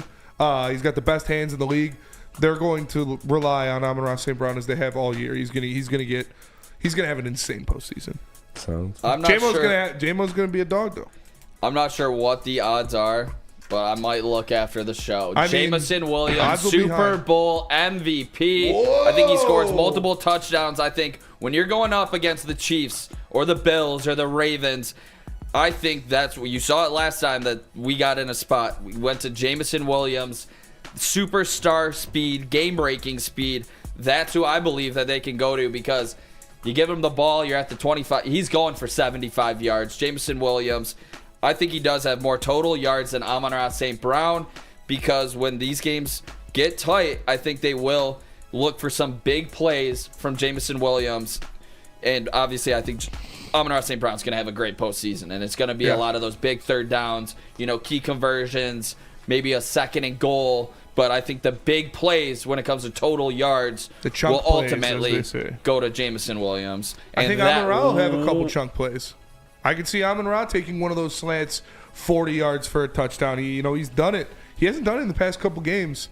It's been more methodical. He's due. No, he's due for one of those because he has a couple of them every year where he takes one of those slants or one of those 10-yard ins, a post, and he takes it all the way. So I can see it. All right, and that was the Lions fans. Heavyweight huddle. Good job, Nicky boy. All right, but first, now let me tell you guys about Lady Jane's. At Lady Jane's, we take the chore out of getting a haircut. Our talented stylist will deliver an industry-leading haircut, relaxing scalp massage, hot leather neck shave, and a hot towel treatment. Open 7 days a week. Walk in anytime. Lady Jane's Haircuts for Men. It's wicked awesome. Can't get enough Lions coverage? Make sure you catch all Woodward sports shows every game day. Wake up with Woodward and Maine, giving you the latest insight into the Lions locker room and press conferences. Then join the Lions pregame show, highlighting key matchups, injuries, and what to watch for during the game. Follow all the ups and downs of the live game action with our Woodward Watch Party live on YouTube and woodwardsports.com. After the game, check out the instant fan and host reactions with the Lions postgame show. Every game, it's wall-to-wall, kneecap-biting, high-fiving, chest-pumping Lions coverage. Hell yeah! Only at Detroit's #1 sports network, Woodward Sports. Woodward Sports, let's go. How do people feel about getting a Planet Fitness membership for $15 a month? How do they like working out in a clean and spacious gym that's filled with equipment for every workout? And how about free fitness training in the judgment-free zone that leaves them feeling energized all day long? Join Planet Fitness today with the free PF app, online or in club, and start getting that big fitness energy for $15 a month. Love Woodward Sports? Love wearing clothes? Then you should be wearing Woodward Sports clothes. Check out our full line of merch at woodwardsports.com. Just click on shop. We have all your favorite designs, like Dan Campbell kneecaps, Woodward golf, and of course, our own logoed out merchandise. Men, women, infants, kids, all love Woodward Sports. Impress your friends. Impress your boss. Impress your dog. Buy Woodward Sports merch today.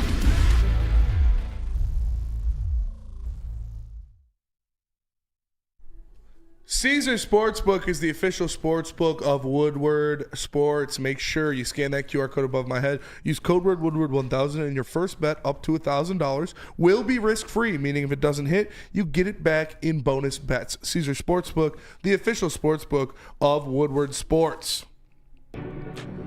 What up, though, everybody, and welcome to the Woodward Heavyweights. Make sure you smash that like button. Appreciate you joining. Make sure you give a shout out to my guy Nick Kohloff.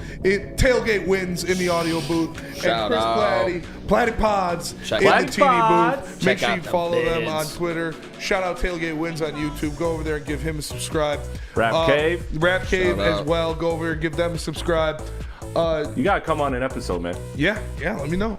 DNC, I always let you know. DNC ENT dropped some Super Bowl odds in the Woodward Sports chat for Lions players. Goff at plus 650, Gibbs at plus 1,500, Amon-Ra at 2,800. Jamison Williams, Nick, Super Bowl MVP odds plus 7,500. What if I drop 75 on 7,500? How many 7,500s would you guess? No, I'm just kidding. I'm not doing that. I have 4,280 in my account. I might put 12 on it. Kirby Joseph plus 44,500. I did see that. I don't hate putting a schmeckle on that one. Schmeckle. What's the odds again? 44,500 plus 44,000.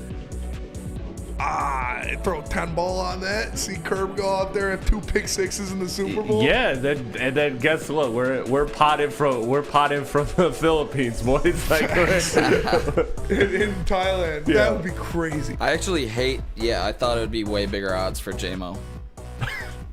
Yeah, I don't Fuck like with that. Is that a choff beat? It's gotta be a choff beat. Yeah. But we're doing some nickel package type things around the leagues, heavyweight huddles, and there is football that's going to be played this week, even though the Lions won't be a part of it. Nick, you got a heavyweight huddle for around the league? Yes, sir. Got a little around the league for you guys, and this one's going to start with a polarizing topic and figure in the NFL. His name's Mike Tomlin. He gets to the playoffs again, but he hasn't won a postseason game since 2016. He's not going to this year. What has to happen for the Steelers to pull the upset against Lamar Jackson?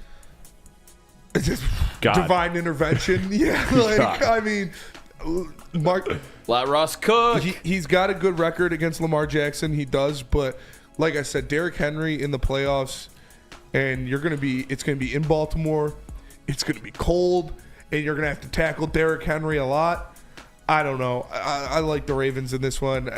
For the Steelers to win, Lamar would have to choke in the first round, which he normally doesn't. He normally waits until the next round to choke. So unless Lamar Jackson goes out there and turns the ball over 4 times, I don't think the Steelers have a chance. Yeah, I just got to shoot Tomlin some bail here. And I know that everybody says this argument when it comes to Tomlin, but it's got to mean something, dude. Just look at the history of quarterbacks he's had. He needs a quarterback. He's only had Ben Roethlisberger. That's only. I mean, that's a good quarterback to have, and he had him for a while, and he only won. But he won a Super Bowl with him, so. Yeah, I just get him a quarterback. Yeah, I until I see him fail with a dare I say even a Pro Bowl flirting quarterback, like then I can start to write it. But you're right, they have definitely sputtered to the finish line here, so I don't expect them to win this Ravens game. But I don't know, it's just Steelers Ravens. It feels like no matter what, it's going to be close somehow, even though it shouldn't be. I still feel like it's going to be closer. I don't know what the spread is. It's going to be pretty close, but. I think the Ravens take care of business. Yeah. And I agree with Easy D 313. You got to give Fields more snaps. I would give Justin Fields some more snaps, especially I would give Justin Fields every single red zone snap they have. Yeah, just every single one. Let it get weird. Russell Wilson he's been like trying to prove that he can run the ball the past couple games and just getting fucking lit up and either fumbling or costing them like 20 seconds because he's old. Like I've seen it multiple times. Like he could run out of bounds, but he's like no, and he like runs down. I'm like Russ, what the fuck are you doing, man? You don't gotta prove you're tough just because your future's cock. But like. I think if I was Mike Tomlin, I would give Justin Fields every single red zone snap that the Steelers get. Mr. Unlimited. I'm unlimited. Yeah, I have no faith that the Steelers win this game, even though Lamar does choke in the postseason. Speaking about choking, Jordan Love going up against Jalen Hurts, who is now cleared by the Eagles, and he will roll against Green Bay, I think. Who do you guys have more confidence strictly at the quarterback position? Jordan Love or Jalen Hurts? Strictly quarterbacks, not the team. Strictly at the quarterback position, Jordan Love is better than Jalen Hurts. Oh! You field. You guys know how I feel about Jalen Hurts. He has a great deep ball, and he's a fantastic athlete, but he's not good at leveling his throws. He doesn't have the touch on it. And Jordan Love, he's got a lot of touch. You know, he does. And I think Jordan Love's a better quarterback than Jalen Hurts. Chris? Yeah. I'll just throw the alley-oop up there. I'd go with Jalen Hurts. Nick, I know you're not. I know where you're going. Just go ahead. Just go ahead, man. I know you always set this question up just to dunk on him. And I'm not saying Jordan Love this is was like a real one. This was a real question. I'm not saying Jordan Love's some fair. stud or anything like that. Like, obviously, Goff is better than both of them. But Jordan Love, if I had the Eagles roster right now, Jordan Love would be a better candidate to run that offense than Jalen Hurts. I think Jalen Hurts is underrated, honestly, at this point in his career. And I think the most overrated quarterback that I've ever seen play football in the NFL, Easy's cousin and best friend, Jordan Love, is definitely not as good as Jalen Hurts. I think Jordan Love, 1-5 in the division. Jordan Love What makes paid Jalen over Hurts 200. so much better? I think it's just his legs, honestly. I think just that part of his game is elite, and I think Jordan Love doesn't have that much. And I think he's a much better Jordan thrower Love, of the football, though. in some spots, but he also throws a lot of interceptions, or at least he did earlier in the year. Jordan Love, highly overrated.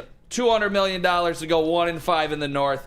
Gotta love it as a Lions fan, seeing the Packers spend all of that money just to get ran out of town in the first round. I like the Eagles big in this one. No surprise there. How many games did Jalen Hurts play this year?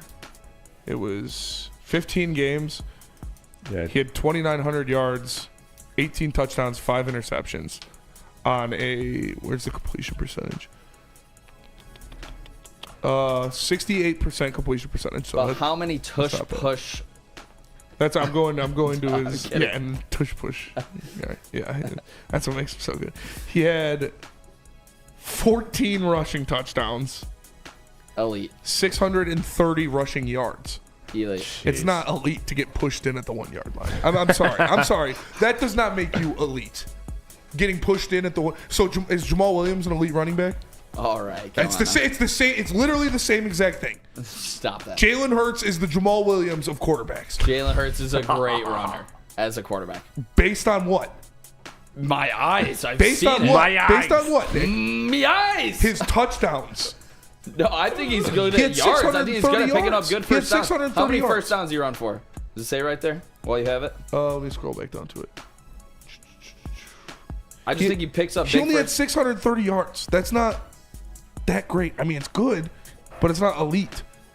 I think Jalen Hurts has been 62 first downs. That's pretty good. That is pretty good. Yeah, that's the thing. Like when you think But the you're in thing that trouble makes against him Philly, elite is the touchdowns, and those are 1 yard touchdowns. It's Jamal Williams. it was the first downs in my He's eyes, definitely but- got better legs than Jordan Love. I'm not saying that. All right, but fellas. All right, I'm not gonna die on this hill Jalen for Hurts is Jalen not. Hurts. Jalen Hurts and Nick Sirianni are extremely overrated. I mean, to be honest, I hope Green Bay does win this game because then the Eagles would be out. I think I like our odds against Green Bay. Like we have a better chance of winning that game, and I think we're gonna beat anybody. All right, here we go. Well, Justin Jordan Herbert. loves a booty too, though.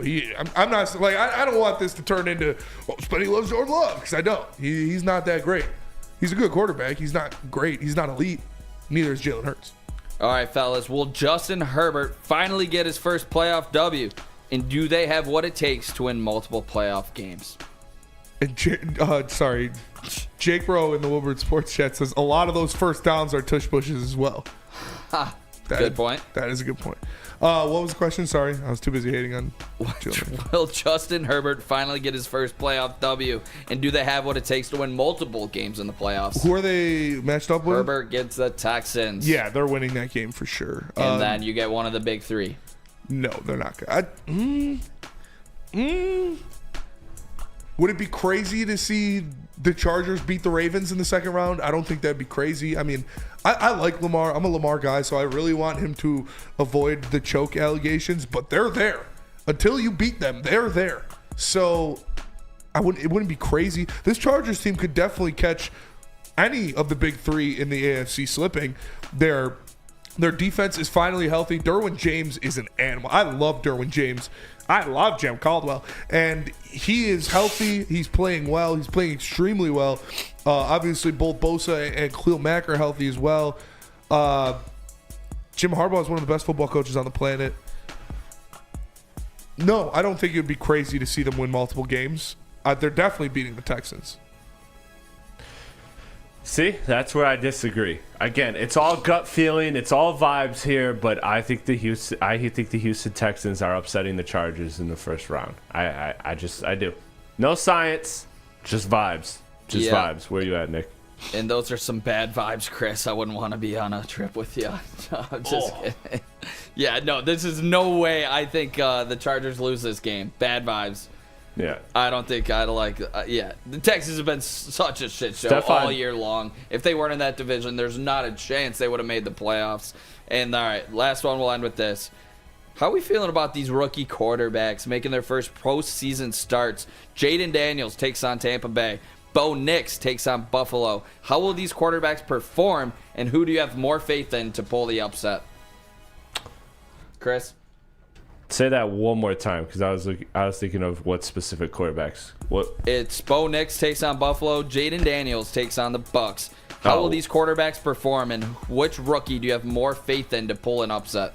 I mean, it has to be Jaden Daniels, right? Just because of the fact that the Bucks aren't the Bills. But the Bills have a bad D, though. They do. But you know what? I feel like the Bills in Buffalo are gonna absolutely run through the Broncos. Like, it's not even going to be a contest. I think that is where you're going to see an understandably shaken rookie quarterback and not ready for the light versus Jaden Daniels in Tampa Bay. And it's Florida. Washington. You know how those fans are. You know how those fans are. You know, like Tampa Bay fans. Yeah, Tampa Bay fans are actually they are the one legit fan base in the Florida area. So let me walk that part back. But Baker's Baker. But I think Jaden Daniels, I trust him more. He had more moments for me this season. Yeah, I mean,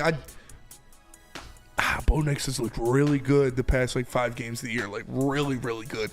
Jaden Daniels is Jaden Daniels is in a better scenario. I don't know if the Broncos have the weapons to beat the Bills. I don't think they. No. What was the question? Sorry, I was. Which one do you have more confidence in? How do you think these quarterbacks do? How do you think these rookies do? I think they both. I think they both perform very well. I do. And who has a better chance for the upset?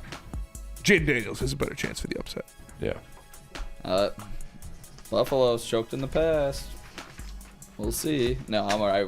I'm with you guys. I actually think Jaden Daniels is going to be the Detroit Lions' next opponent after they upset the Bucks. That's what I believe will happen. You heard it here first. The rookie comes into Ford Field for the divisional playoff.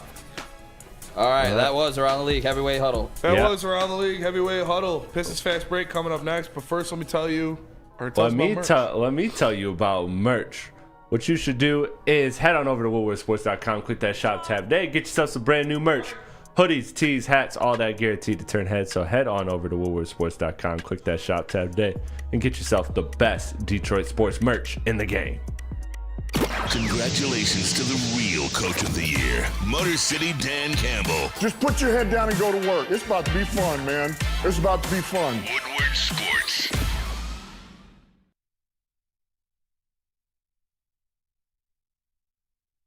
Feldman Chevrolet, Michigan's #1 Chevy dealer, is kicking off the game with the best prices on all cars, trucks, and SUVs, like this 2024 Silverado for just $296 a month, or this 2025 Equinox for as low as $371 a month.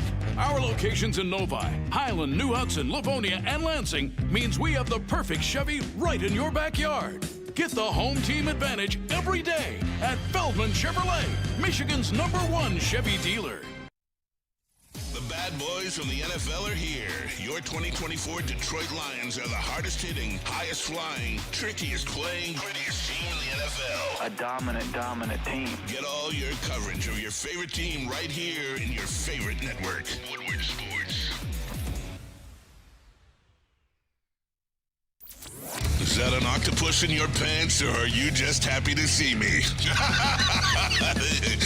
See what I did there? Go Red Wings! From Octopi Experts, Woodward Sports. Live watch party and the post-game show only at Hey Social. Make sure you tap in live. Presented by New Holland Brewing Company, Sabbath Coffee Roaster, Soroki's Crispy Chicken and Pizza, and 1800 Tequila. Me and Easy for the watch party, and Stick and Anson for the post-game show at Hey Social. Come tap in. What up, though, everybody, and welcome back to the Woodward Heavyweights live on Woodward Sports. Make sure you smash that like button. I am Spencer. He is Nick. We got Chris in the TD booth, and now we're going to talk a little Pistons. And listen, disclaimer here. I did say short, to the point, quick questions. Chris, what do you got for us? Well, we got 27 rookies in the last 27 years. No, First one came out today, actually. It was a report from Basketball GM that the Pistons are no longer interested in renting out their cap space, instead looking for immediate roster upgrades. How do you feel about that? I love that. I absolutely love that. I think you need to get, I think last night showed you need to get another scorer. You need to get in a guy here who can be a secondary ball handler. He can lead this offense when Cade Cunningham is not on the floor, or just take some of the pressure off of Cade Cunningham. And I love that. I don't know what the name. I heard CJ McCollum was being thrown around. I think a guy like Cam Thomas would be very interesting. Yeah, I love that. Please bring in, if you bring in a win now guy, I'd be so happy. I'd be all in on Pistons 6 seed. Yeah, I'm not looking for them to move assets to get a player, like unless it's a couple of second round picks, some marginal things. But I'm looking at this team as somebody that still, you can get that guy that, you know what, another team just doesn't want to pay him that much money. So you're still, in a sense, renting out. I think you can find that happy medium of just finding a contract that you're more favorable on than the team that has him currently. Nick, where are you at with the Pistons choosing to potentially upgrade their roster rather than rent out cap space and potentially get an asset? I know this show is a big stance of Khalil, and when he gave out a take when he was talking about, instead of sneaking into the play-in, that he would rather have our draft pick. I'm done with our draft picks. I'm going to tell you that. Yeah. I am so happy that he came out and said this. This proves to the fan base, we are tired of tanking. Yeah. We are tired of tanking. This makes me so excited going forward, Chris. That's where I'm at. This team, doesn't need another lottery pick. Fuck no. This team does not need another 18 to 20-year-old to be a part of their young core. And you've got your young core. You've got the pieces that you want to build what they need. A guy right now. They do. Even if you had Tim Hardaway Jr. last night, I think you win that game. Absolutely. If you had Jaden Ivey, you 100% win that game. So, like I said, go get somebody to win right now. Yeah. They've been shelling out lottery picks for a while, so I think it's time. We want to look elsewhere. But next one, I'll follow up with kind of a twofold part of this. Second part of it is, say the Pistons don't make a move, or they make a marginal move where the cap space that they use doesn't really equate to too much in terms of a player. Will they finish 8th or higher? Because I think it's a lock that they're in the play-in, because you got 5 teams in the East that want to tank. But will they finish 8th or higher without making a move, or do they need to make a move to kind of get in the upper half of the play-in or potentially out of the play-in? I think they will finish 8 or higher even without a move. I think they will be. They're a play-in team at the very least. So I think getting a move puts you more into 6, 7 contention. I think they're 8, 9, 10 right now. Okay, Nick. Lock it in, boys. Lock it in. This seems locking. What is that? I had my phone in my hand. Like you're churning butter. No, lock it in. Okay. Lock it in, like you're getting locked into the seat. To the seat. I got you. Yeah, to the roller coaster. Yeah, lock me in here, fellas. Top 8 for sure. I'm all in on this Pistons team right now. I thought they needed to win last night with Steph Curry having such a bad game. That one hurt a lot, but I'm still all in on this team. And I think there's a lot of bad teams in the NBA that are going to be after Cooper Flag. So you got to beat up on those teams. Yeah, fuck that Santos guy. Where the hell did he come from? Yeah. He was hitting threes. That was fucking annoying. Yeah, it was. But okay, next one I want to talk about, and this is gonna kind of transition to the shooting aspect of it. Malik Beasley, man, he's had some good games, but he's also had some slumps. Over the last 7 games, he has only shot upper 30s. He's shot above 36 one time from 3 in the last 7 games. So while the Pistons have been winning, he has been slumping. He was obviously had that super fire stretch earlier in the season. Mm-hmm. What do you think he is? Do you think he's closer to that stretch he was when he was on fire, or he's closer to the stretch he is now? Like, where are you at with your confidence level in Malik Beasley long term? Malik Beasley is what he is. He is a shooter. Yeah. And obviously it's a lot easier to get better looks and more timing looks when you have a guy like Jaden Ivey on this team as well. You take Jaden Ivey off of this team, and he has to be your second option. He has to be your second scorer. There are a lot more eyes on him. There are a lot more defenders closing out a lot harder on him. Pause. So, yeah, he's going to get tougher looks. He's going to have to shoot much higher volume than you would want him to. So, yeah, Malik Beasley is what he is. You know what he is. And I want to keep him long term because he's a great fit. But, yeah, you take away the second best player on this team, and that makes the guy that was the shooter and now has to be the second best player on this team, his efficiency is going to go down 100%.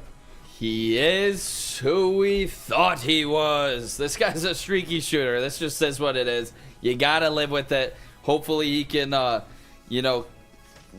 out of the slump. That's his only way to doing it. He's got to keep shooting. He's got to keep shooting. I trust him. He went from being the shooter to being, you are our second offensive player. You're the second piece of this offense. Good point. That's not what he was brought in here to be. That's not what you should ask him to be.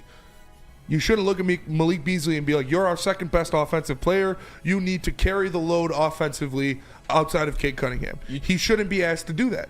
And unfortunately, because of the Jaden Ivey injury, he is now asked to do that. So, yeah, his efficiency is going to go down. Malik, hang out in the corner. Hang out on the perimeter. We need him to do that. We need him to be that guy. We don't have that guy outside of him right now. Yeah, and I'm saying, that's where he's at his best. Obviously, just spotting up for these threes. Just getting the quick shoot and release. That's where he is at his best. Chris, where are you at? Yeah, I'm confident that he's somewhere in between, but leaning more towards the hot streak part of it, because he has been a good shooter throughout his career, and I do think that when he gets good looks consistently, he will fall. But it's just the shot has looked weird. Like he's had a lot of shots that almost look like they're going to get pinned between the rim and the backboard, like just ugly looks. That tells me that is an uncharacteristic shooting slump. So I expect him to rebound, especially at the volume he's going to get all the time in the world to be able to shoot himself out of that slump with this team. But speaking of shooting, Ausar Thompson and Ron Holland. Ron Holland shot 3 of 8 last game. Ausar shot 1 of 1 from 3 and also knocked down both of his free throws as well. Guys, are you starting to buy into them? What level of buy-in are you with their shots, Ron Holland and Ausar? I'll let you guys take it wherever you want from there. I'm bought in Fred Vinson.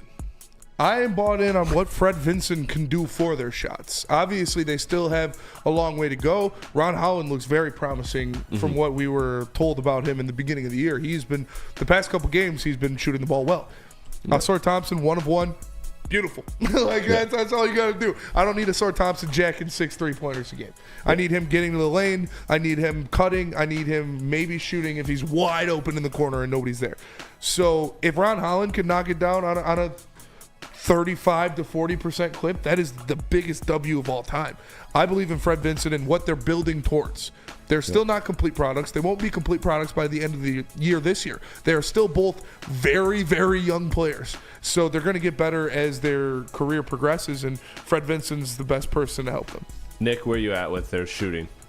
You're more confident, less confident than you were entering the season? Where are you at with them? I'm more confident in Thompson.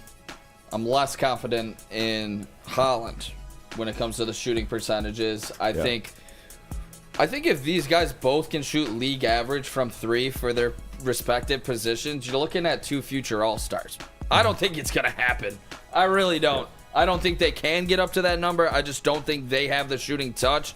But when it comes to dog mentality on defense, and you think about just, all-around play from a guy like Thompson, and then, Holland's defense has been so impressive to me. I think these are 2 keepers when it comes to going back to the playoffs and being able to put in big minutes on a playoff team. But if they could ever actually shoot over 34%, I think they would legitimately be all-stars. If Ausar could do it, you're talking about a superstar. Yeah, and Asar is up 9%. He's shooting 26%. 17% was his rookie season from 3, so he is shooting better. Ron Holland at 23%, but what's encouraging with him is 80% from the free throw line. So you got to have confidence in what Fred Vincent is doing with these shots. I'm a big fan. Last one. This is real quick, but this is a fun crossover one. That's why I saved it for last. So right now, the Central Division in the NBA, which is the Cavs, the Bucks, the Pacers, the Pistons, and the Bulls. All 5 of those teams are currently in the play-in, and in the play-in or higher, with Cleveland being the number 1 team in the NBA right now. Where is the Central Division tougher than the NFC North? Is it overall better? Ooh. Repeat that last part. Yeah. Is the Central Division in the NBA better than the NFC North in the NFL? Oh. Yeah, because name them one more time. You got the Bucks, the Cavs, the Pistons, Pacers, and the Bulls. And all of them are in play-in teams. So the difference is Chicago was Chicago, and this Chicago Bulls team is at least better than 10. that's the yeah. I mean, and Cleveland and Milwaukee are looking like contenders. Cleveland and Milwaukee are both going to be championship contenders. Yeah. The Pistons are fun to watch and aggressive. And we all know the Vikings are frauds. We all know the Vikings are frauds. I don't think Milwaukee or Cleveland are frauds. So, yeah, I mean, yeah, I think so. Hey, that's another feather in the cap that the Pistons are doing this in the toughest division. The toughest division in Nick, basketball, where for you sure. at? I think the NFC North is such a good division right now, but yeah, I mean, you did the research. It looks good to me, Chris. A+ for Chris. Yeah, no, I'm with It's the him. toughest division of basketball for sure. Yeah, for sure. It is the only one that has all 5 of their teams in the play-in or higher. So I know that for a fact. But that is your fast break. That was very fast, very quick, very concise. Some say 3-man weave. 3-man weave. 3-man weave. Triangle offense. Dude, yeah. 3-man weave was the greatest when you were hungover. You're like, oh, great. Yeah. Dude, basketball practice in the morning, 3-man weave. You're like, oh, dude, all I have to do is pass this guy and run behind him. Hell yeah. Fucking great. I could sweat this off, no problem. Joe Dumars tournaments, like 6:30 a.m. getting there. Oh, God, it was freezing cold in the winter. All right, we're going to go to break, and good job, Chris. Very well done. Good job, Nick, on your nickel packages as well. We're going to go to break. Let me tell you about Planet Fitness. Planet Fitness is the home of the judgment-free zone where anyone can feel comfortable and work on their fitness goals. Get a full-body workout in 30 minutes, and all memberships include fitness training. You get all that for just $15 a month. Or you could upgrade to the Black Card and get you some amenities like hydro massage, total body enhancement, and all that good stuff. Planet Fitness. Join in club or online at planetfitness.com. Planet Fitness, where your fitness is essential. A ton of fun, a ton of sports, and a ton of man meat. Welcome to the Woodward Heavyweights, live daily 5 to 7 p.m. on Woodward Sports.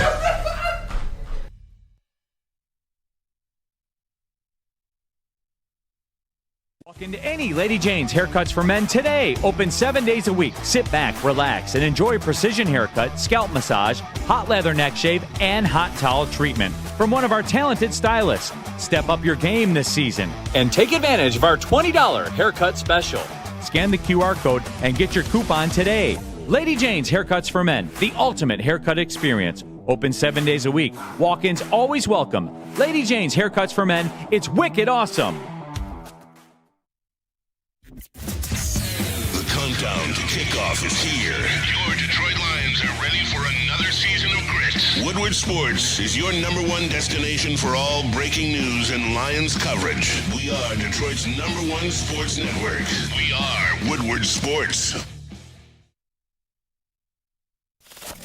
We don't like to brag that we are the toughest sports network in Detroit, but we do have a guy named Darren McCarty on our side. Woodward Sports.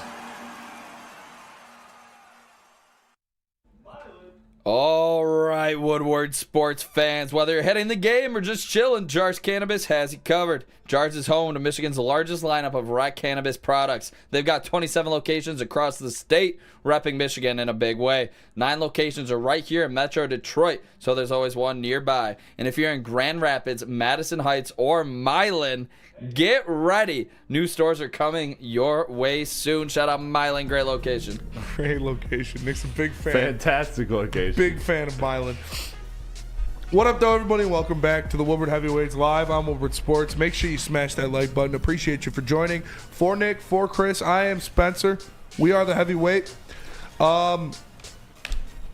Let's do this Red Wings topic. Let's do this Red Wings nickel package, all right? Because the Red Wings play tonight. The Red Wings have won 5 games in a row. The Red Wings are looking to make that 6 games in a row against the Chicago Blackhawks, a game they should easily win. I'm going to say this is a game that they should easily win. They are far better than the Blackhawks. You're at home. You're rolling. I haven't had more confidence the Red Wings are going to win a game in the past 5 years than this game against the Blackhawks. First question, boys. Nick, we'll start with you. Todd McClellan has taken over, and we've seen guys playing out of their minds. When you talk about Patrick Kane has 8 points in 4 games, Joe Veleno has looked really good since he got bumped up to that first line. Ben Sherrod has stepped up big time. Mott has been extremely good on the penalty kill and in different assets of the game, but who do you still need to step up on this Red Wings team? It's a guy that has stepped up, but you need him to keep this pace up. He is a streaky player, and he is also a former Blackhawk. His name's Alex DeBrincat. You think about the start of last season when this team was red hot. What was going on? Alex DeBrincat was scoring goals like crazy, getting a lot of assists. I think Alex DeBrincat, and you see it with this streak that we're on, he has 8 points right now. I think this team kind of goes when Alex DeBrincat is going, and this team gets a lot of wins when this guy's hot. Can he stay this hot? Probably not, but can he be somewhere in the middle? Because we've seen him disappear at times.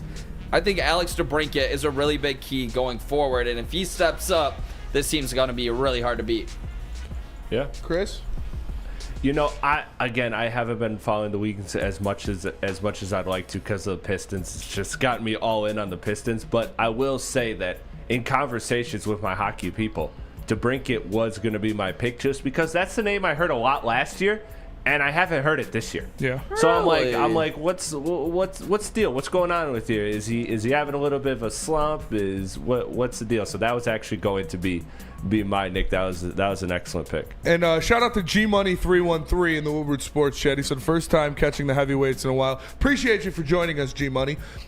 Shout out. I look at Michael Rasmussen as a guy that I still need to step up a little bit for the Red Wings. I mean, Moose doesn't have a point in his last 5 games. I know he's not the guy that you expect to fill up the box score or anything like that. He does have 6 goals on the season already, so that's pretty good. But I need to see him pick it up a little bit more. I'd love to see him as that net front presence. He's been doing a great job at screening goalies. Get your puck on, get your stick on the puck a little bit. Get a couple tip-ins. I like to see him playing more physical.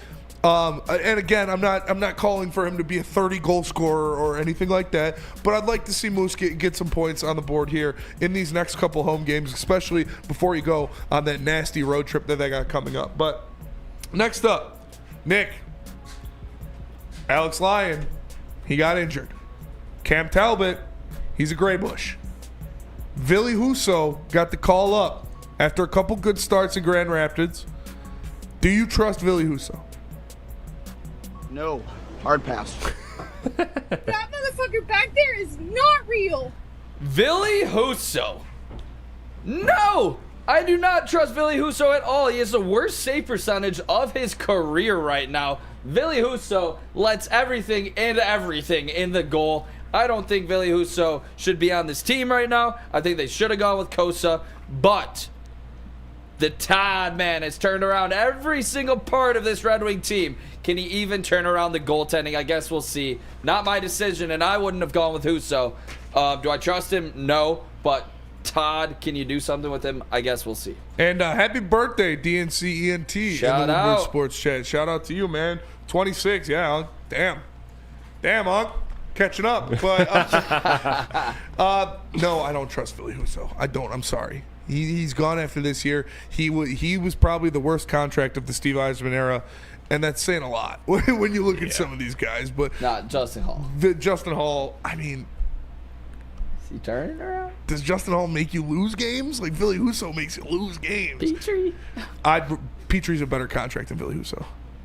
Petrie's a bum. Yeah, I know, but so is Billy Husso, and you're paying him more. I'm looking at Billy Husso as I'm not confident in him. You're going to need Cam Talbot to step up and beat prime Cam Talbot again.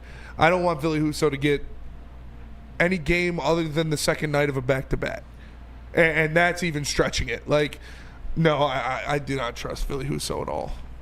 Chris? Yeah, I was actually going to bring up the save percentage.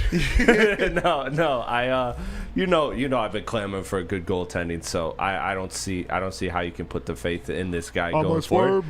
You just have to, dude. Fire song, great song, fire song, dude. I can't wait to see what he has coming next. I'm ready for the album, but I'm looking at this goaltending situation, and you just clearly need better. So I'm looking at it as it's you can't trust him. You're just gonna have to have everybody else step up and cover for his missteps, and I don't know if that's possible, but that's what's gonna have to be done. Next up, this is more of a deeper cut. Nick, is Johansson becoming a player? He has looked pretty good. He's been getting more involved in the offense, getting up there, getting his nose dirty, stepping up in the offensive zone. I've really liked the play out of him so far in these past couple games, especially under Todd McClellan. I think when you look at this defensive core for the Red Wings next year, obviously you got the big three. You got Seider, you got Evanson, you got ASP. I think Johansson could be a damn good ancillary piece for this Red Wings defensive core. I think he's going to be I'm not going to say a great defenseman, but I think he will be a good second pairing, third pairing D-man in the NHL.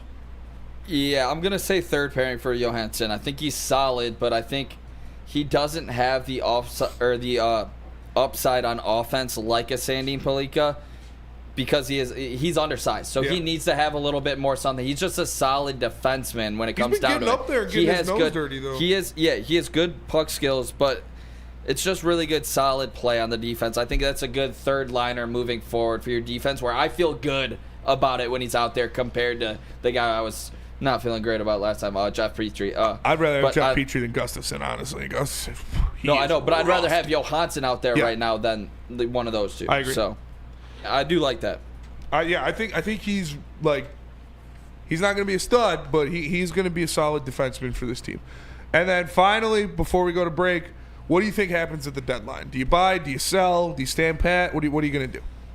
I would sell off some of your second rounders that haven't gotten here yet, to be honest. I would try to get a player in here that can make a difference, and I just think you have so much young talent. This is kind of like the Tigers. All of them aren't going to hit. Can you pick and choose the right ones? Maybe another team is interested. I think I would get off of maybe a Carter Mazer or maybe a William Wallander on the defensive side of things. I just want to, I don't know. There's been Elias Patterson rumors. There's been Cousins from Buffalo rumors. I would take a shot on Cousins. I don't think in any. I don't even know how the Patterson rumors are coming out. Yeah. They have like 4 more or 5 more points than the Wings, maybe even more than that. I have no idea why he's even on the block or what those rumors stem from. But Buffalo and Cousins, he's had a couple down years, and I think he could be a perfect Stevie Y. Perfect Stevie Y guy. How about you? Cousins, I mean, you would bring him in. He's a 2-3C, so I wouldn't hate it. It depends on what. If you're telling me we're kind of doing like a swap with a Comfer or a Cop, and you got to throw in a pick and a player. I would do that in a heartbeat. I would do that to get Cousins. If you're getting rid of a Comfer or a Cop and you're throwing in a pick and a player to get Cousins, I would do that. I wouldn't hate that. But I personally think they're going to sell at the deadline. I think they're going to move Talbot. I think they might move Sherratt as well. I think contenders are going to look at those guys as pieces that can help them make a playoff push. We'll see. We'll see. Chase Amley says don't want to move Wallander. I don't really want to move Wallander either. If it was going after one of those guys like you said. Yeah, possibly. We'll see. Nobody knows what Steve Eisman's going to do, man. The guy is an enigma. But we're going to come back and we're going to talk about – we'll save the Draymond stuff for Monday. Yeah. We're going to talk about the college football playoff game tonight, Texas and Ohio State. But first, let me tell you about New Holland Brewing Company. New Holland Brewing Company and Taller Long Drink. Taller Long Drink is one of my favorite beverages on the planet. The best canned cocktail in the game. It's gin-based, made with real grapefruit puree, and support local, support a Michigan company. New Holland Brewing Company, obviously a Michigan company, so support local. Get some Taller Long Drink at a Total Wine near you. It's the best in the game. It's bear hunting season, and Dan Campbell is hungry for some kneecaps. If you can just get a hold of them and you start dragging their ass out to the deep, dark abyss, you can drown them. The Kings of the North are back for another year of the brand new Lions. Make sure you're locked in to Detroit's #1 sports network for all the news and info on your Detroit Lions. Woodward Sports, let's go. Love Woodward Sports? Love wearing clothes? Then you should be wearing Woodward Sports clothes. Check out our full line of merch at woodwardsports.com. Just click on shop. We have all your favorite designs, like Dan Campbell kneecaps, Woodward Golf, and of course, our own logoed out merchandise. Men, women, infants, kids all love Woodward Sports. Impress your friends. Impress your boss. Impress your dog. Buy Woodward Sports merch today.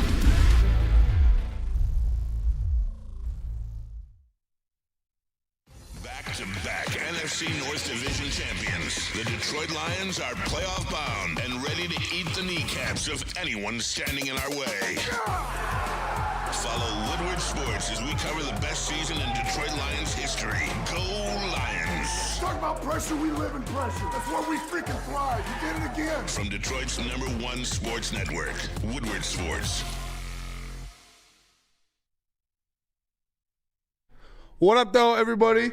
And it's it's Spencer here.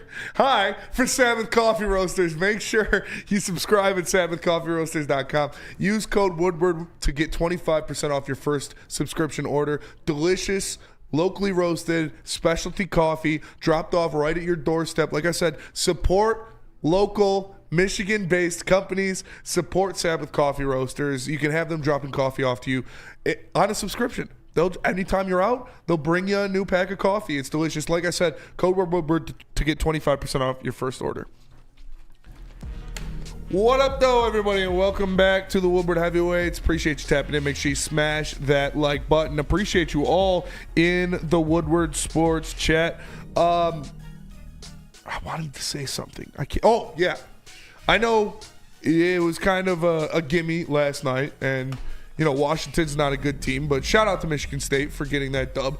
A 30-plus point victory over the Washington Huskies. Sorry, Stu, we had to do your guys like that, but, I mean, Michigan State's got one of the best defenses in the country, man. They're #1 in the Big Ten right now with Michigan right behind them.